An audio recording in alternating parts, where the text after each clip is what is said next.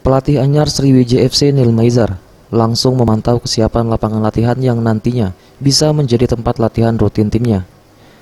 Hal ini dilakukannya lantaran dirinya sudah menjadwalkan latihan perdana tim di tanggal 1 April. Dan di waktu itu skuadnya harus sudah memiliki lapangan latihan. Beberapa lapangan yang ada di kompleks Jakabaring Sport City didatangi Neil Maizar demi melihat lapangan mana yang nantinya akan menjadi base camp latihan skuad Laskar Wongkito. Jadi dari tadi kita lihat di Jakabaring itu stadion utamanya seperti apa. Habis itu ada lapangan atletik dalam, atletik luar. Terus terakhir kita lihat latihan lapangan panahan sama lapangan softball sama dengan lapangan baseball. Jadi nanti mana yang kita pakai, mana yang kita siap, nanti kita bicara sama manajemen. Karena kenapa? 1 April itu kita harus punya lapangan.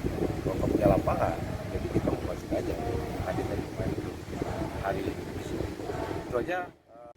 Selain memantau lapangan latihan, Neil Maizar juga mendatangi Wisma Atlet yang nantinya akan kembali menjadi mes skuad Laskar Wongkito. EZPM Sriwijaya TV.